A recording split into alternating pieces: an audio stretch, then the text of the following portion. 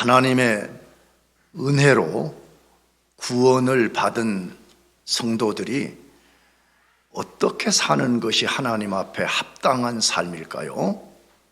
구원받은 성도들은 도대체 어떻게 살아야 되냐 이 말이에요.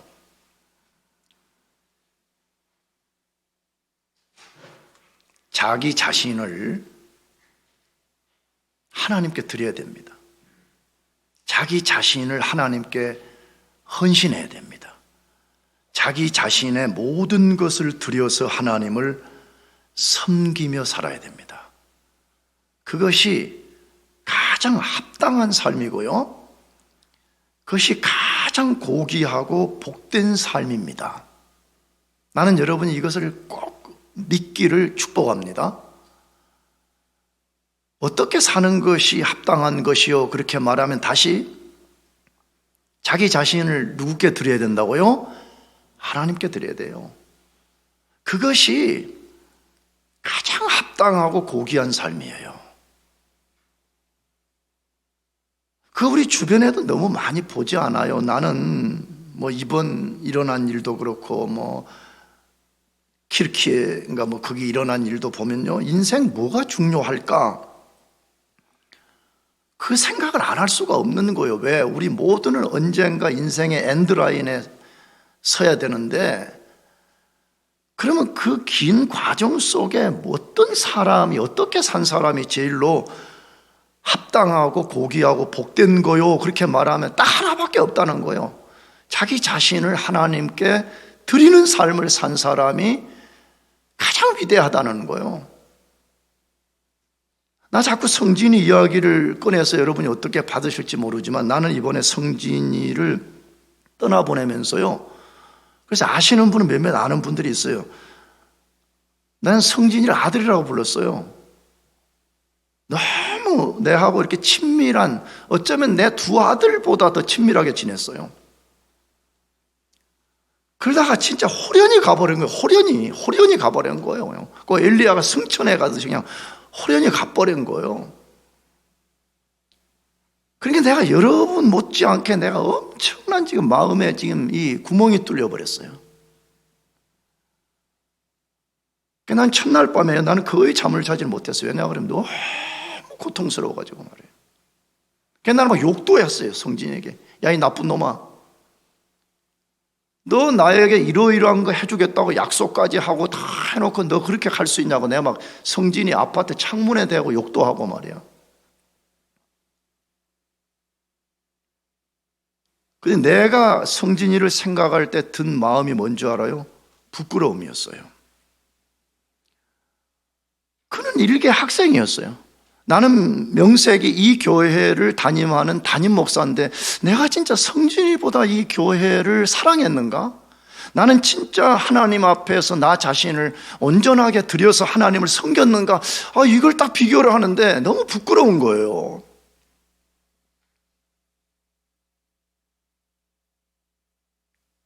그래서 나는 그 형제의 삶을 뭐라고 내가 평가하냐, 내가 말로도 했어요, 어떤 사람들이. 그리고 내 자신이 뭐라고, 작은 거인, 짧지만 가장 고귀하고 가장 복된 삶을 살다가 떠난 사람이다, 나는 그렇게 평가해요.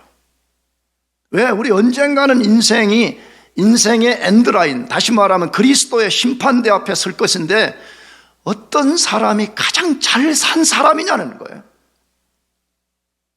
뺀질뺀질하고 어떻게 하면 안 섬길 건가? 그게 아니고 우리 자신을 하나님께 드려서 하나님을 섬기는 것이 가장 고귀한 것입니다. 그래서 위대한 성경 로마서 12장 1절을 그렇게 시작하잖아요. 그러므로 형제들아, 내가 하나님의 모든 자비하심으로 너희를 권하노니 너희 몸을 하나님이 기뻐하시는 거룩한 산 제사로 드리라. 이는 너희의 드릴 영적 예배니라 말씀합니다. 로마서를 공부했거나 로마서를 아는 사람들은 이 말이 얼마나 중요한 터닝 포인트를 만드는지 알잖아요. 로마서는 1장부터 11장까지는 우리가 무엇을 믿을 것인가에 대한 닥트린을 소개한 것이고, 12장부터 마지막까지는 우리가 닥트린에 근거한 적용을 다루는 것인데, 적용의 첫 번째 메시지가 뭐냐 그러면 너희 몸을 하나님이 기뻐하시는 거룩한 산 제사로 드리라, 이렇게 말씀했다 이 말이에요. 가장 중요한 이걸 하나님이 우리에게 말씀했다 이거예요. 그러면 당연히 질문해 봐야죠. 왜 하나님은 말이에요, 우리를 구약시대 때 백성들처럼 짐승을 제물로 드려서 하나님을 예배하지 않고 왜 우리의 몸을 드리라고 말씀했냐 이 말이에요. 우리 전부를 드리라는 거예요. 우리 뭘 드리라고요? 대답하여, 뭘 드리라고요? 전부를 드리라는 거예요. 여러분, 우리 알잖아요. 우리 몸보다 중요한 게 어디에 있어요? 학위도 중요하고 돈도 중요하고 뭣도 중요하지만, 여러분, 우리 몸보다 중요한 게 어디에 있어요? 우리 몸을 드리라는 이야기는 이제 너희의 예배의 내용, 대상물은, 우리 말한 대상물은 그건 짐승이 아니라는 거예요. 너희 몸 전체, 너희 존재 전체를 드려서 하나님을 높이라, 그렇게 말씀하는 거예요. 그러니까 몸이 드려지지 않는 예배 말이에요. 교회 다니 이렇게 말하는 사람 있잖아요. 마음은 가 있다고, 마음은 어쩐다고, 다 거짓말입니다. 성경은 그렇게 말하지 않아요. 너는 몸은 드리지 말고 마음만 예배에 가 있으라, 이런 말은 절대 없어요. 너 몸, 너 존재 전체를 들여서 하나님을 섬기라, 그렇게 말씀하고 있습니다. 여러분, 이게 얼마나 중요한 메시지인지를 알았으면 좋겠어요. 왜 그래요? 우리가 세상을 살다 보면 세상 사람들 중에 우리 주변에 그런 사람도 있을 수 있잖아요. 자기 자신이 세상에서 유명한 사람들을 섬기고 산 것을 평생의 자랑으로 삼는 사람들이 있습니다. 대표적으로 나는 무슨 대통령의 비서라는 둥, 나는 유명 회사의 CEO의 세크리터리였다는 둥, 나는 유명 연예인의 로드 매니저였다든지 그런 거 자랑하는 거 보지 않아요? 충분히 이해됩니다. 인간적으로. 그러나 우리는 말이에요, 그런 유명인들과 비교할 수 없는 창조주이시요 만왕의 왕이신 하나님을 섬기고 사는 사람들입니다. 그 유한한 피조물들과 비교할 수 없는 영원하신 하나님을 내 몸을 들여서 섬기고 산다는 것이 어찌 평생의 자랑거리가 아니겠습니까? 물론 우리가 교만하게 나는 하나님을 몇 년 섬겼어요, 그렇게 말할 수는 없지만, 그 비교할 수 없는 것 대상이신 하나님을 섬기고 사는 것이 왜 자랑거리가 아니겠습니까? 나는 여러분에게 도전합니다. 인생의 황금기인 이 청년기 때를 살고 있는 여러분 자신을 하나님 드리는데, 하나님 섬기는데 드리시기를 축복합니다. 아멘. 내가 자주 말했어. 인생의 황금기가 언제냐, 인생은 60부터다. 그거 다 거짓말이야, 내가 보기에는. 인생의 황금기는요, 여러분 때예요. 우리 교회에 지금 다 계신 여러분 때예요. 인생의 황금기를 살고 있는 여러분 자신, 무엇에 우리를 드릴 거냐 이 말이에요. 없어질 것? 드려요, 드리려면요. 유한한 것, 그게 좋다 그러면 그게 드리란 말이에요. 우리는 만왕의 왕이시요 만주의 주이시요 영원하신 하나님을 섬기는데 우리 자신을 드려야 됩니다. 왜? 인생은요, 우왕좌왕 하다 보면 금방 청년기가 지나가고 노년기가 도래합니다.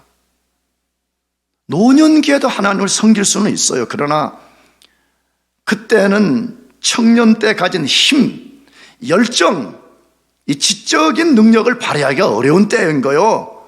그래서 하나님이 사용했던 성경의 대부분의 사람들은 노년기 때 사람들을 사용하지 않았어요. 다 여러분 같은 10대 후반, 20대 초중반의 사람들을 사용해서 당신의 구속 역사를 이루시고 이 타락한 세상을 변혁시키는데 사용했다는 거예요.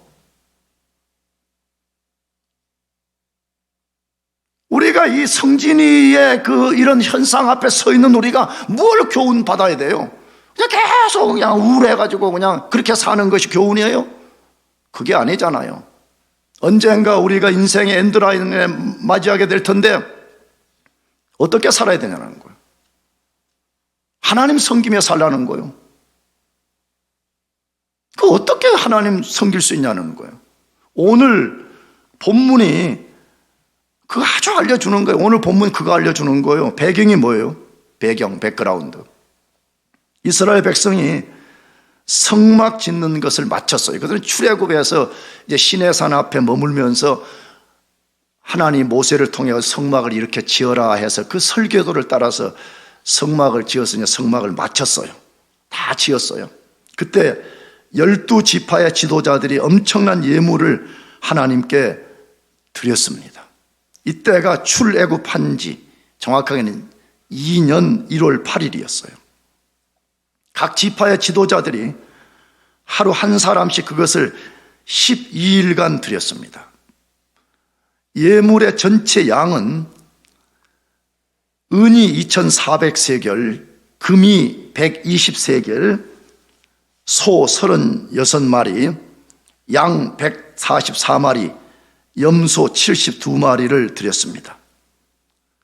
그런데 12지도자들 각자가 드린 예물은 전체가 똑같았습니다. 12지파의 지도자 전체가 뭐 양을 한 마리 더 드렸거나 덜 드렸거나가 아니고 똑같이 방금 말한 그 전체 양 속의 n분의 1로 다 드린 거예요. 그런데 하나님은 그들이 똑같이 드린 예물과 그들의 행위를 함축해서 기록하지 않았다는 거예요. 다시 말하면 12지파의 지도자들이 이마만큼의 예물을 드렸어라고 한꺼번에 이렇게 압축해서 기록하지 않고 12번 똑같은 내용을 반복해서 기록했다는 거예요. 왜 그러셨을까요? 그냥 우리 생각 같으면 12지파의 지도자들이 12일 동안 반복해서 드린 총량이 이거다고 딱 그냥 한 줄로 써버리면 되는데 왜 그들이 드린 예물의 내용과 그들의 행위와 이것을 다 똑같이 12번이나 반복해서 기록했냐 이 말이죠. 하나님 어떻게 섬기는지 알려주려고 그런 거죠. 하나님은 어떻게 우리가 섬겨야 되는지 반복된 메시지를 통해서 알려주려는 거죠. 그러면 당연히 우리는 성경을 제대로 읽는다면 구약의 백성들이 하나님을 어떻게 섬겼는지를 우리가 잘 연구하면서 오늘 우리는 어떻게 하나님을 섬겨야 되는지를 배워야 된다 이 말이에요. 그 내가 쓰는 말로 하면 특별한 사건을 일반화시킬 수 있어야 된다 이 말이에요. 왜? 이스라엘의 지금 백성들의 행위는 특별한 사건인데 특별한 백성들의 행위를 어떻게 우리에게 일반화, 교훈시킬 것인가 이걸 배워내야 된다 이 말이에요. 그럼 어떻게 하나님을 섬겨야 되죠? 첫 번째는 기쁨과 자원하는 마음으로 섬기라 그렇게 말해요. 기쁨으로 자원, 윌링리스를 가지고 하나님을 섬기라 그렇게 말씀해요. 이스라엘 지도자들은 성막이 완공되어 봉헌식을 할 때 기쁨과 자원하는 마음으로 예물을 드렸고 하나님을 섬겼습니다. 이게 굉장한 포르테예요. 그들이 하나님께 예물을 드려서 하나님을 섬기는데 뭐 억지로 하거나 누구 강요에 의해서 하거나 누가 하니까 따라한 게 아니라 기쁨, 기꺼이 자원하는 마음으로 그 일을 했다 그렇게 돼 있어요.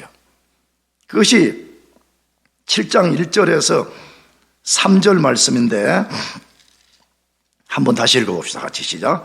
모세가 장막 세우기를 끝내고 그것에 기름을 발라 거룩히 구별하고 그 모든 기구와 제단과 그 모든 기물에 기름을 발라 거룩히 구별한 날에 이스라엘 지휘관들 그들의 조상의 가문의 우두머리들이요 그 지파의 지휘관으로서 그 계수함을 받은 자의 감독된 자들이 헌물을 드렸으니 그들이 여호와께 드린 헌물은 덮개가 있는 수레 6대와 소 12마리이니 지휘관 2사람의 수레가 하나씩이요 지휘관 1사람의 소 1마리씩이라 그것들을 장막 앞에 드린지라 이렇게 되어 있습니다. 엄청난 예물을 그들이 하나님 앞에 드렸더라 그렇게 되어 있습니다. 그런데 우리가 지금 성막이 완공되었을 때의 그들의 행위를 지금 읽은 건데, 이 성막이 처음 지어졌을 때 시작이 출애굽기 35장에 기록되어 있는데, 그때도 이스라엘 백성들이 엄청난 예물을 하나님께 드렸다고 되어 있었습니다. 너무 많이 가져온 거예요, 예물을요. 그리고 성막이 완공된 후에 봉헌식 할 때도 엄청난 예물을 드렸습니다. 근데 놀라운 사실은 그것을 드릴 때 자원하는 마음으로 했다는 거예요. 무슨 마음요? 자원된 마음을 가지고 그 일을 했다는 거예요. 근거가 뭐예요? 이 본문을 읽어보면 하나님이 예물을 바치라고 명령을 하시지 않았어요. 그들은 성막이 지어진 것을 볼 때 너무 기뻐가지고 자원하는 마음으로 그것을 드렸다 이렇게 되어 있어요. 그럼 어떻게 그들이 그런 자원하는 마음이 생겼냐는 거예요. 하나님이 그들 자신에게 베풀어 주신 은혜에 대한 감사 때문이었어요. 어떤 은혜에 감사해요? 400년 동안 애굽에서 노예가 돼가지고 고통을 받고 인격이 없는 사람들처럼 대접을 받았던 그들을 하나님이 전적 은혜로서 구원을 해서 시내산에 와서 하나님이 자기 백성, 내 백성 삼는다고 선언하고 언약을 맺어주시고, 그것만 해도 감사할 일인데 성막을 짓게 만들어서 내가 너희들 가운데 함께한다, 이것을 보여주시려고 하나님이 그 엄청난 일을 이루어 주신 것을 생각할 때 견딜 수가 없었던 거죠. 자원하는 마음은 내가 보기에 그냥 가만히 생기는 게 아니야. 하나님이 나에게 어떤 일을 해주셨는가 이걸 알 때만 일어나. 다시 말하면 복음이 뭐냐는 거예요. 굿뉴스가 뭐냐는 거예요. 유앙겔리온이 뭔가 이것을 이해할 때만이 내 속에 먼저 기쁨이 일어나기 시작하는 거죠. 너무 좋은 거예요, 그것 자체가. 그냥 너무 감사한 거예요. 그런 감정이 자기를 확 사로잡으니까 그때부터 자원하는 마음이 생기게 되고, 자원하여 헌신하게 됨으로써 그 고귀한 것들을 하나님께 드렸더라, 그렇게 되어 있습니다. 자, 그런데 이스라엘 백성들이 성막을 처음 지을 때부터 이제 근 1년 가까이에서 완공을 한 이때까지 스토리를 다시 한번 추적해 볼 필요가 있어요. 처음 성막을 지을 때도 그들이 어떤 마음으로 하나님을 예배하고 섬겼는가, 그것을 소개하는 말씀이 출애굽기 35장 다 읽어야 되는데 20절 22절까지만 읽어봅시다. 거기 그들이 어떤 마음을 갖고 섬겼대요. 같이 시작. 이스라엘 자손의 온 회중이 모세 앞에서 물러갔더니 마음이 감동된 모든 자와 자원하는 모든 자가 와서 회막 짓기를 위하여 그 속에서 쓸 모든 것을 위하여 거룩한 옷을 위하여 예물을 가져다가 여호와께 드렸으니 그 마음에 원하는 남녀가 와서 팔찌와 귀고리와 가락지와 목걸이와 여러 가지 금품을 가져다가 사람마다 여호와께 금 예물을 드렸으니 라고 말씀합니다. 성막을 처음 지을 때 그들이 어떻게 헌신했는지를 소개하는데, 다시 이걸 중요한 구절만 우리가 이렇게 살펴보면 21절에 무릇 마음이 감동된 자와 무릇 뭐하는 자가 와서, 자원하는 자가 와서 이 일을 시작하고 그것들을 드렸다라고 말해. 22절 곧 마음에 원하는 남녀가 와서라고, 마음에 뭐하는 자들이, 원하는 자들이 왔다라고 말해. 29절 마음에 원하는 이스라엘 자손의 남녀마다 여호와께서 모세의 손을 빙자하여 명하신 모든 것을 만들기 위하여 물품을 가져다가 여호와께 즐거이 드림이었더라. 어떻게 드렸어요? 즐겁게 드렸다, 그렇게 말해.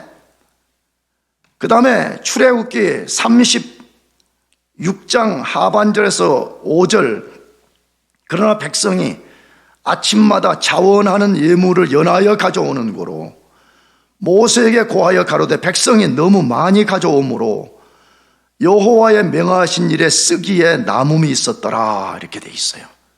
이 36장 3절 전후를 읽어보면 백성들이 너무 기쁘고 즐겁고 자원해서 그 성막 짓는데 필요한 걸 막 갖다가 막 헌물을 갖다 드렸는데 너무 많이 가져와가지고 성막을 짓는 사람들이 모세를 찾아오고 중단 요청을 해요. 뭐라고? 모세님, 이거 지금 사람들이 너무 많이 가져와가지고 도저히 작업을 진행할 수가 없습니다. 그러니까 이걸 좀 중단시켜 주십시오. 지금 그 내용을 이 방금 읽은 3절 하반절과 5절에 쓴 거라니까. 얼마나 아름다운 모습이었습니까? 하나님을 섬기되 억지로 마지못해서 하기 싫어서. 여러분 제발 그러지 않기를 축복합니다. 인생에 엔드라인이 없다면 그렇게 살아도 돼요. 그리스도의 심판대에 우리가 서지 않는다면 얼마든지 그렇게 살아도 돼요. 그러나 우리는 불현듯 호련히 우리가 그리스도의 심판대 앞에서 인생의 모든 것에 대한 심판을 받게 될 것인데, 난 여러분에게 도전해요. 이스라엘 백성들이 성막을 지었을 때에 자원했던 그 마음으로 하나님을 섬기기를 축복합니다. 하나님은 그걸 기뻐한다고 성경에서 반복적으로 말해요. 하나님은 어떤 사람을 제일 기뻐하냐? 돈 많고 인색한 사람? 스마트한데 그 스마트함을 하나님 안 섬기는 사람? 엄청난 은사와 재능을 받았는데 그거 자랑만 하고 안 섬기는 사람? 하나님은 그런 사람 내가 보면 눈길도 안 줄 것 같아요. 비록 가난하고, 비록 스마트하지 못하고, 비록 재능이 한 달란트밖에 안 될지라도 내가 그걸 자원해서 드리고, 내가 기쁜 마음으로 드리고, 즐거운 마음으로 하나님을 섬길 때 하나님이 그걸 너무너무 기뻐하신다는 거예요. 왜 그러실까요? 왜 그런 태도로 드리는 것을 하나님이 기뻐하실까요? 이 자원이라는 이 말 믿잖아요. 우리가 윌링리스를 갖고 우리가 하는 이것은 우리가 너무 잘 알잖아요. 감사와 기쁨이 없이는 안 됩니다. 이것이 딱 보면 보여. 그게 기쁨과 감사가 없으면 자원의 태도가 안 생기는 거예요. 근데 어떤 사람이 하나님을 만일에 진짜 자원하는 마음을 갖고 섬긴다, 그건 하나님이 그 중심을 지금 깨뜨려 보고 있다는 거예요. 하나님이 그것을 너무너무 기뻐하시는 거예요. 그래서 실제로 하나님이 자원의 자세를 가지고 하나님 섬기는 중요성을 성경에 너무 많이 기록을 해놓았어요. 근데 그 중에 대표적인 구절 하나를 소개하고 싶은데 고린도후서 9장 7절이에요. 같이 읽어봅시다. 시작. 각각 그 마음에 정한 대로 할 것이요 인색함으로나 억지로 하지 말지니 하나님은 즐겨내는 자를 뭐하느니라? 사랑하시느니라. 이 문맥은 내가 자주 말씀드렸죠. 고린도후서 8장과 9장은 그리스도인들의 헌금을 알려주는 말씀이에요. 맨날 그리스도인들이 뭐 11조를 뭐 해야 되냐 말아야 되냐 뭐 이상한 인간들이 또 유튜브에 뭐 11조는 필요 없다고 뭐 해가지고 맨날 그런 거 읽어보고 교회 와서 목사님께 이게 보세요. 뭐 교회 뭐 11조 필요도 없다는데 왜 자꾸 11조를 강조해? 나는 또 11조 강조했잖아. 근데 그런 인간들은 내가 보기에 신학을 첫째 이해하지 못하고 있는 거예요. 두 번째로는 구약의 하나님과 신약의 하나님이 똑같다는 것도 모르는 인간들이 그렇게 하는 거예요. 그리고 십계명에 말하는 11조, 율법에 말하는 11조보다 더 높은 요구를 하는 고린도후서 8장과 9장 공부를 안 했든지 아니면 일부러 무시해버리는 거예요. 근데 8장과 9장을 읽어보면 압축해서 말하면 너희를 다 드리라 그래. 너희를 뭐 하라고? 대답해요. 안 드리더라도 대답은 해봐. 뭐 어쩌라고?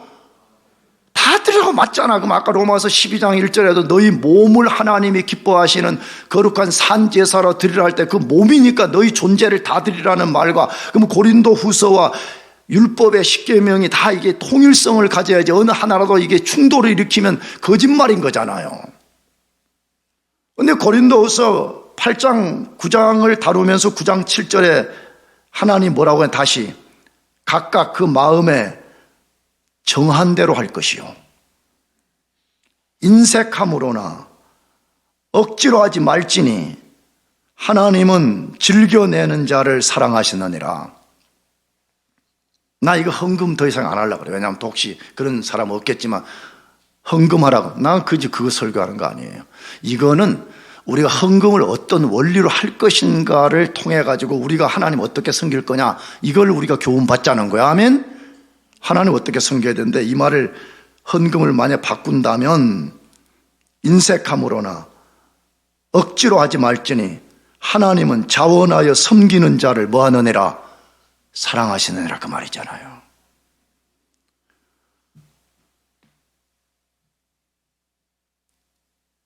하나님은 거지가 아니에요. 하나님은 홈레스가 아니에요.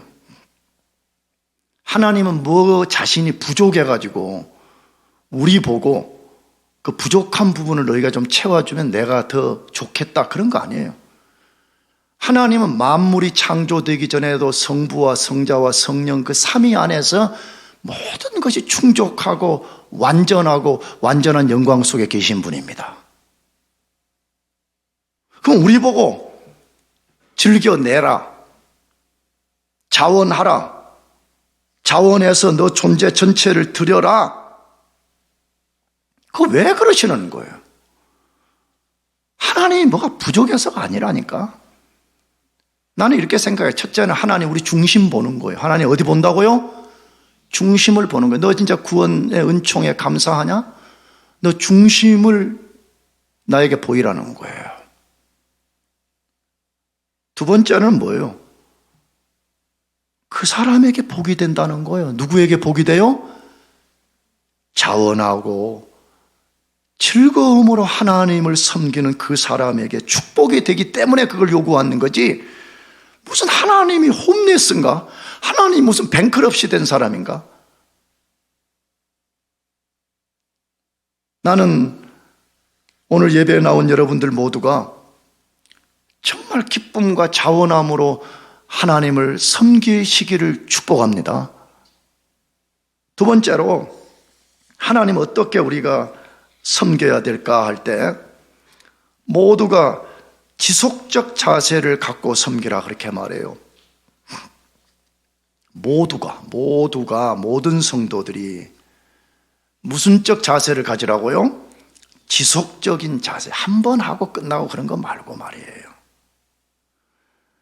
이스라엘 12지파 지도자들이 하나님께 예물을 드릴 때 자원하는 자세와 더불어 그들은 모두가 그 일에 참여했다라고 말해요. 모두가. 근거는 뭐죠? 이 대표자들이 드린 것은 전부가 한꺼번에 드릴 수 없었기 때문에 대표자들을 뽑은 겁니다. 이스라엘이 예를 들어서 뭐 한 200만 됐나 모르겠지만 200만이 한꺼번에 나와가지고 성막에다가 그거 갖다 예물을 드리면 얼마나 혼란스러워요. 그러니까 대표자들을 뽑은 거죠. 따라서 대표자들이 그것을 지금 드렸다는 것은 이스라엘 전체가 참여한 것이었습니다. 성경이 뭘 우리에게 말하는 거예요? 우리가 하나님 섬길 때 모두가 그 일에 동참하라는 거예요. 누구가 동참하라고요? 모두가. 헌신하지 않아도 되는 성도는 없습니다. 제가 이해한 바로는 비그리스도인은 안 섬겨도 돼요.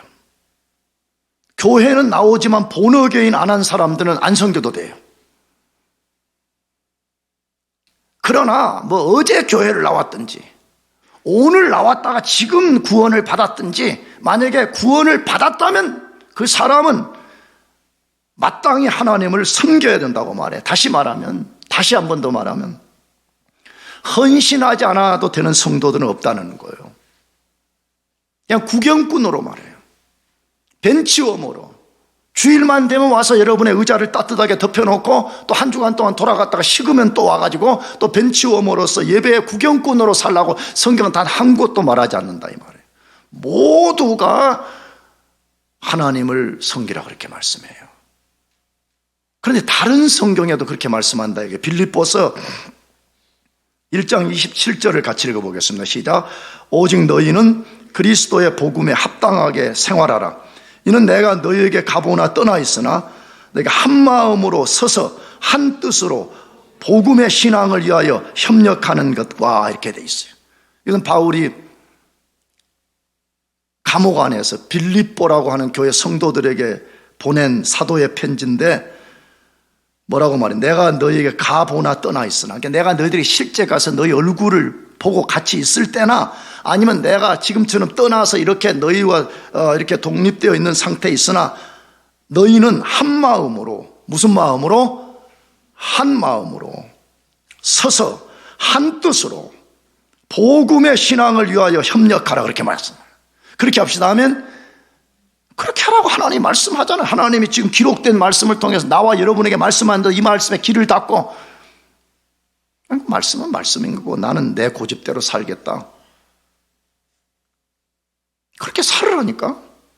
목사가 비아냥 그러는 게 아니에요. 만약 그게 옳으면 그렇게 살으라고. 그러면 그 사람 인생의 엔드라인에 가서 뭐 어쩌겠다는 거예요. 너무 분명하잖아요. 우리 인생의 엔드라인이 지금 눈앞에 다가오고 있다는 것을 분명히 이번 주에도 보고 있는 거잖아요.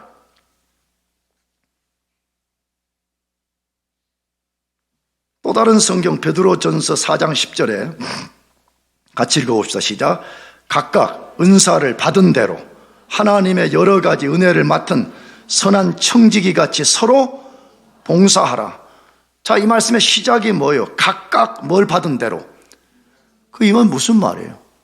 구원받은 성도는요, 자기 자신이 모를 뿐이지 은사를 다 받은 거예요. 은사를 구원받은 성도 중에 은사를 안 받은 성도는 한 명도 없어요. 왜? 하나님이 구원을 주실 때 그 사람에게 은사를 같이 주는 거거든요.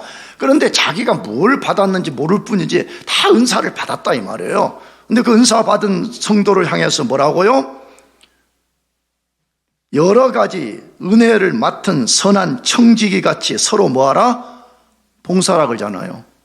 특별한 사람만 섬기라고 말하잖아요. 특별한 소수만 하나님을 섬기고 나머지 너희들은 구경꾼으로 머물러 있어도 된다라고 말하지 않고 우리 모두가 각각이 서로가 이 모든 일에 하나님을 함께 섬겨야 된다 그렇게 말씀하고 있습니다.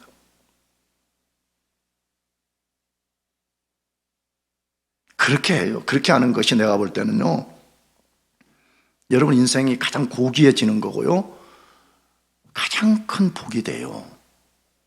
10대, 20대 때 나도 그런 시간을 보냈지만 그때는 이런 말이 잘 안 들어온단 말이에요. 자꾸 눈앞에 있는 어떤 것만을 손에 쥐으려고 하다가 하나님을 자꾸 그냥 홈레스처럼 여기고 그렇게 살다가 인생의 황금기를 망쳐버린단 말이에요. 그래서 나중에 나처럼 나이가 들어가지고 그때 좀 정신 차리고 뭔가 해보려고 그러는데 일단은 열정이 없는 거예요. 일단은 몸이 안 따라줘요. 그리고 일단 뭐 누가 뭘 하자 그러면 귀찮아요.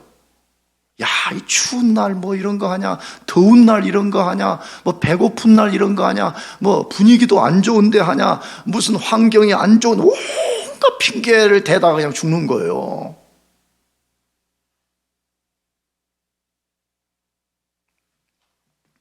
이스라엘 백성들이 이 지도자를 통해서 하나님께 예물을 드렸을 때 그들의 행위가 더욱 빛났던 게 하나가 있어요.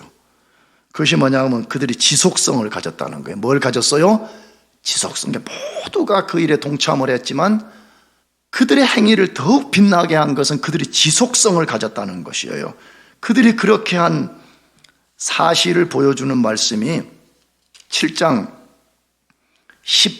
11절 이하인데 11절만 읽어보면 여호와께서 모세에게 이르시기를 지휘관들은 하루 한 사람씩 제단의 봉헌물을 드릴지니라 하셨더라 그렇게 되어 있습니다. 12지파 지도자들이 예물을 같은 날 같은 시간에 한꺼번에 드린 것이 아니었습니다. 하루에 한 사람씩 예물을 드렸습니다. 그래서 12일 동안 각 지파별로 돌아가면서 대표자들이 예물을 드렸습니다. 제가 앞에서도 언급했어요. 하나님은 그들의 행위를 기록할 때에 한꺼번에 이렇게 압축해서 기록하지 않고 반복해서 기록을 했습니다. 유다 지파의 지도자가 드린 것과 그를 이어서 다른 지파의 지도자가 드린 예물이 똑같았습니다. 예물 내용이 전혀 안 달랐습니다. 그런데 그 사실을 12번 반복해서 기록했습니다. 왜 하나님이 그들에게 한꺼번에 예물을 드리게 하고 그들이 드린 예물에 대해서 한꺼번에 기록하는 방식을 택하지 않았냐 이 말이에요. 왜 12번씩이나 이걸 똑같은 거예요. 그 집에 가서 보면 똑같아요. 다른 게 하나도 없어요. 근데 12번씩이나 반복해서 기록을 했냐는 것이에요. 지속적 섬김의 중요성을 가르치려는 거예요. 하나님 섬기는 원리 중에 중요한 원리가 뭐냐 할 때 지속적으로 하나님을 섬기라는 것이에요. 여러분, 우리가 이렇게 할 수 있잖아요.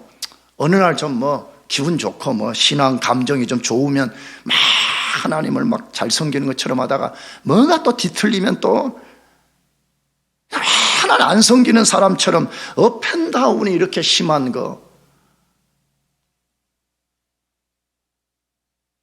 굉장히 안 좋은 신앙 형태예요. 내가 보기에는 꾸준하게 점진적으로 신앙이 성장하면서 계속해서 하나님을 섬기는 거예요. 즐거울 때도 하나님을 섬기고 슬플 때도 하나님을 섬기고 내 삶이 형통할 때도 섬기고 불통할 때도 섬기고 가난해질 때도 섬기고 완전히 뱅크럽시가 되더라도 끊임없이 낙심하지 않고 좌절하지 않고 우리 마음을 하나님께 드리면서 그렇게 섬겨야 됩니다. 이것이 왜 그토록 중요한 거예요 도대체? 왜 지속성이라는 것이 그토록 사활적으로 중요하다는 거예요? 그 사람이 하나님을 의지하고 있다는 증거예요. 누구 의지한다는 증거요? 하나님. 나는 지금 너무 상황이 어렵고 나는 너무 마음이 고통스럽지만 그러나 나는 하나님이 나의 유일한 주이시오 나의 소망이요 나의 주권자에게 나는 하나님만 의지합니다. 하나님 내가 죽으면 죽겠습니다. 하나님 내가 만약 더 필요 없어서 죽이신다 그러면 내가 죽겠습니다 하고 그 하나님을 의지하는 증거가 지속성이라 그 말이에요. 나가서 그런 사람이 왜 중요하냐? 진짜 구원받은 사람이기 때문에 그래요. 뭐 받은 사람? 진짜 구원받은 사람이라는 거예요. 앞으로 요한일서에서 만나겠지만 요한일서 구원받은 사람의 특성은요 지 마음대로 그런 거 아니에요. 내가 볼 때 그런 사람은 가짜 그리스도인이 굉장히 높아요. 사실은요. 자기 자신을 잘 점검해 봐야 돼요. 내가 계속 그거 지난주에 도전했잖아요. 아무리 큰 경건의 모습을 띠고 있다고 할지라도 세상을 사랑하는 세속성을 가지고 사는 사람은 구원받은 사람이 아니라고 했듯이 자기 삶에 하나님을 섬기는 지속성이 발생하지 않는 사람은 구원받지 않은 사람일 가능성이 굉장히 높아요. 근데 구원받은 사람은 왜 지속성이 드러나냐 그러면 우리가 칼빈주의 5대 교리를 다룰 때 말씀을 드렸지만 우리는 우리가 구원받는 것도 전적 하나님의 은혜입니다. 아멘이죠? 아멘? 구원받은 이후에 우리가 구원을 잃어버리지 않는 이유도 우리가 구원을 꽉 잘 붙잡고 있기 때문이 아니라 구원한 자기 백성들을 하나님이 그의 권능의 손으로 우리를 지키시고 보호하시고 인도하시고 이걸 신학 용어로는 성도의 견인이라 그렇게 말해. 하나님 그분의 열심으로 우리를 꽉 끌어가 주시기 때문에 진짜 구원받은 성도는 신앙의 지속성이 생긴다는 거예요. 꾸준하게 힘들어요. 너무 마음이 우울해요. 말로 표현할 수 없는 상황이에요. 그러나 내 구주 하나님, 나를 구원하신 그 하나님을 내가 부정하지도 버릴 수도 없다는 걸 알기 때문에 내가 그 속에서 계속 그 하나님을 의지하는 지속성이 발생하는 거예요. 나가서 왜 지속성이 중요해요? 우리 삶의 모든 주권자가 하나님이라는 거예요. 그 주권자인 하나님이 지금 이 상황을 알고 계시고 이걸 주관한다는 걸 내가 믿는 거예요. 나도 지난번에 말씀드리지 않았어요. 나는 지난 연말에 하나님께 20일 작정 기도를 하겠다고 작정을 하고 이 새벽 기도 말고 내가 낮에 집에서 혼자 여기 걸어와서 내 20일 기도를 했거든요. 내가 그때 5가지 좀 이렇게 좀 나누면 한 6가지 기도를 드렸는데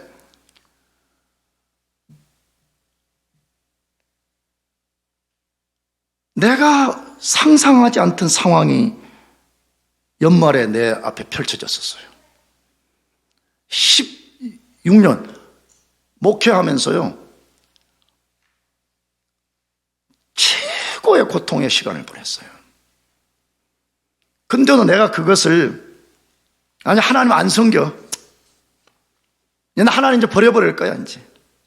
나 이제 지금부터 이제 교회 이제 주일만 가서 설교할 거야. 나 그런 결심을 단 1도 해본 적이 없었어요. 너무나 고통스럽지만 이 상황도 누가 주관한다고요? 하나님이 주관한다는 걸 믿은 거예요.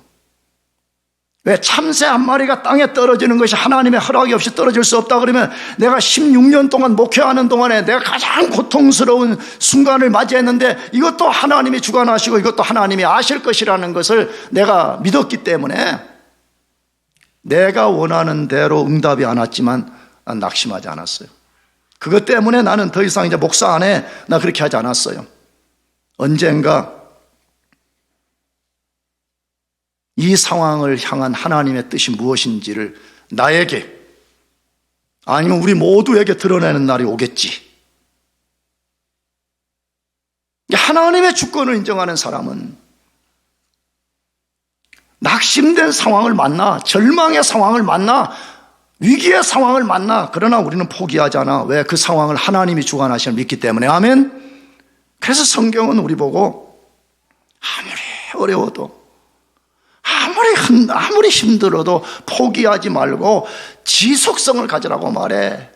그 다른 성경이 뭐냐 그러면 고린도전서 15장 58절이에요. 마지막으로 읽어봅시다. 같이 시작. 그러므로 내 사랑하는 형제들아, 견실하며 흔들리지 말고 항상 주의 일에 더욱 힘쓰는 자들이 되라. 이는 너희 수고가 주 안에서 헛되지 않은 줄 알미니라. 아멘. 나는 우리 청장년들도 진짜 그런 줄 알고 진짜 있어요. 그러나 나는 우리 대학부 자녀들을 볼 때마다 정말 피눈물이 나요. 피눈물이 나가지고. 왜냐 그러면 어떻게 하다가 저들이 대학부에 끌려와가지고, 끌려왔다는 말은 좋은 의미예요. 끌려와가지고 저 고생을 하는가 말이야. 목자들대로 그냥. 찬양팀은 그 추운데 말이야. 나는 진짜 2주 전에 막 찬양팀 때문에 눈물이 나가지고 말이야. 나 자랑하는 거 아니에요. 내가 그들에 비하면 조족지혈이죠. 나 지금 머리에 있다 보면 흉터에 2개 났어, 여기. 나 예전에는 찬양팀 악기 같은 거 거의 내가 뒷정리 안 해줬어. 근데 그날따라 날씨가 체감온도 뭐 몇 도 최악이었잖아, 미국. 그때 막 토마스 홀에서 막 문을 열어놓고 찬바람이 들어오는데 막 애들이 가서 이런 스탠드 같은 거 손을 딱 쥐면 이게 얼어버려. 막 탁탁 달라붙어. 그걸 보고 내가 너무 견딜 수 없어가지고 이 지금 천국 간 성진이하고 둘이 그 위에 스피커를 이렇게 들어내려다가 스피커가 내 머리에 떨어져가 내가 이게 다친 거예요. 나 그거 무슨 내 머리 깨졌다는 거 자랑하는 게 일도 아니에요. 그 대학 고사리 손 같은 그거 가지고 말해. 그러나 여러분들 낙심하지 말아요. 오늘 주님이 뭐라고 말했어요? 너희 수고가 주 안에서 뭐하지 않을 것이다. 아멘. 너희 수고가 누구 안에서 헛되지 않아요? 주님 안에서. 언젠가 우리 인생의 엔드라인에 우리가 섰을 때, 언젠가 만물의 심판자인 예수 그리스도 앞에 섰을 때 여러분들이 그리스도의 영광을 위해서 그 추운 날에 달라붙는 그 스탠드에 여러분 그거 했던 거 헛되지 않음을 알게 되는 날이 올 것입니다.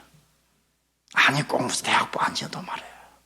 여러분이 섬겼던 그 하나하나의 일들을 하나님이 하나도 잊어버리지 아니하고 기억하시고 잘 잘했다 칭찬하시고 반드시 썩지 않는 영원한 것으로 갚아주실 것을 믿으시고 지속성을 가지고 하나님을 섬기시기를 축복합니다. 기도하겠습니다.